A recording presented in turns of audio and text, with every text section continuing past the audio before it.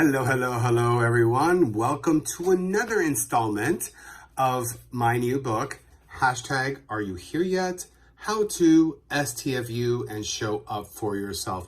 Can you believe we're on chapter 11 already? Like, wow. But, quarantine, might as well make, good use of the time, right?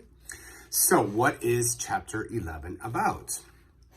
It was actually a fun chapter to write because it's one of the things that I cannot stand about the self-help and spiritual community and how they deal with it typically. So here's my tea. So chapter 11, meeting yourself in every person you meet. And I got this quote from an episode of Supernatural by Sam. The spirits aren't trying to hurt us. They're trying to communicate. You've got to face it. You've got to listen to it. You have to face it. Now, what am I talking about? Supernatural, Sam Winchester, shadow self. Listen, we all have like that dark side. And I think that even goes back to Carl Jung, who was an early psychologist. And, a lot of times I think that we want to reject those things about ourselves that we don't like. Here's the great part. I remember one time talking to a spirit Karen, because there's the Karens and then there's the spirit Karens. They don't call the manager, they call God, I guess. They're annoying. She came at me one time and said, "Oh, you shouldn't feel this way. You're just going to call more of it." Karen, sit down, shut up, drink your rosé, and eat your avocado toast, because that is not the case.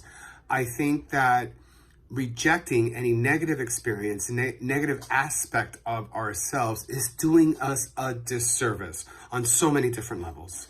If we don't embrace all of us, right, then we create this separateness from other people.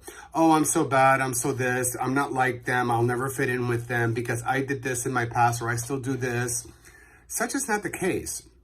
If we're going to talk about shadow self,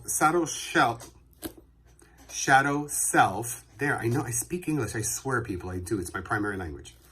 The shadow self is a part of us and it should not be rejected, because if we reject it, we're putting more emphasis on it and we're not doing anything to really solve the problem, right? Because that's one of the other points I talk about in this chapter is the whole notion of spiritual and emotional bypassing. A lot of folks in the spiritual and self-help community will want to like sugarcoat stuff and be like, oh, not deal with it. It's like putting a bunch of whipped cream on a pile of cat doo-doo and calling it a sundae. Honey, I'm not eating that. I don't think any of you guys are either.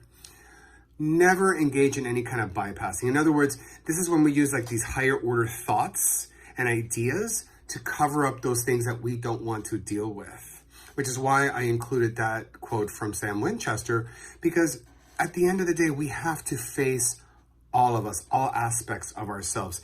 And that way we approach the world as a whole being instead of just like this, here's what I'm going to show you and this is what I'm hiding from you kind of thing. That's not really walking very powerfully in your own life. Never, never, never reject your shadow self. And I'll tell you why. There are really good ways you could channel that shadow self to your advantage, right? That shadow self, stubborn motherfucker, ain't they? Right?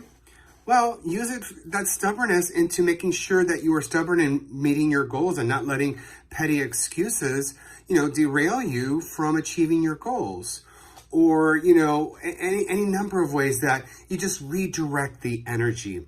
The energy itself is not bad. It's really how we use it. So if we use our shadow self, there I go again, to harm other people, then yes, I would say, Mary, we got something to talk about. But if you're, incorporating all aspects, listen, I have a lot, my shadow self is a motherfucker. Trust me, I struggle with this, but I use that energy in different ways. I channel it in different ways, in a way that is more appropriate for me so that I could walk in life connected to others as a whole being, not as part of what I'm letting you see and part of what I'm hiding from you. No, I mean, listen, all you need to do is scroll through my social media, I think I have a pretty good idea who I am, you know? And that's because I've embraced that. I have no issue with my shadow self, because whatever the shadow self did, that's not who I am today. What I did does not define me. It's who I am that defines me. So don't ever reject it. Embrace it.